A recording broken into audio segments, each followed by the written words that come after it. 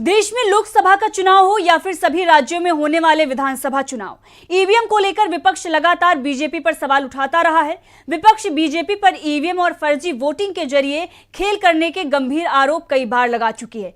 3 दिसंबर को आए हिंदी पट्टी राज्यों में हुए विधानसभा चुनाव के नतीजों ने भी मोदी सरकार को सवालों के घेरे में खड़ा कर दिया है। इसी बीच देश में लोकसभा चुनाव की तैयारियां भी शुरू हो गई हैं और चुनाव ईवीएम से ही होंगे, ये भी तय हो गया है। तो क्या है ईवीएम को लेकर सरकार की तैयारी, देखिए इस रिपोर्ट में। 5 राज्यों के विधानसभा चुनाव के बाद ईवीएम एक बार फिर सवालों के घेरे में है।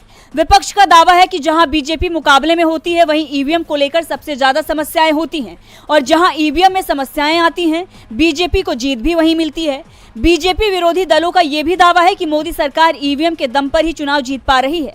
बैलेट पेपर में तो 5 राज्यों में बीजेपी चुनाव हार गई थी, यहां तक कि यूपी में भी 403 में से 300 सीटों पर बीजेपी को हार मिली थी। लेकिन दूसरी ओर मोदी सरकार ईवीएम से ही चुनाव कराने की तैयारी में है। केंद्र सरकार ने चुनाव की तैयारियों को लेकर ईवीएम सहित कई चीजों के लिए लगभग 3147 करोड़ रुपए खर्च करने के लिए संसद की मंजूरी भी मांगी है।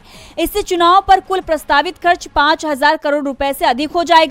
वहीं रिपोर्ट की माने तो वित्त मंत्री निर्मला सीतारमण ने कुल 1,29,000 करोड़ रुपए के अतिरिक्त व्यय के लिए 2023-24 के लिए अनुदान का पहला प्रस्ताव लोकसभा में पेश भी किया है। उसमें से कानून मंत्रालय को चुनावी संबंधी खर्चों के लिए लगभग 3147 करोड़ रुपए और चुनाव आयोग को प्रशासनिक खर्चों के लिए लगभग 73 करोड़ रुपए का प्रस्ताव दिया गया। रिपोर्ट के मुताबिक 2019 से अक्टूबर 2023 तक चुनाव आयोग ने 2 ईवीएम निर्माताओं भारत इलेक्ट्रॉनिक्स लिमिटेड और इलेक्ट्रॉनिक्स कॉरपोरेशन को कुल 13.26 lakh ballot paper, 3.09 lakh EVM और 8.32 लाख वीवीपीएटी के लिए ऑर्डर दिए थे और अब लोकसभा चुनाव के लिए और भी बड़ी मात्रा में ऑर्डर दिया गया है।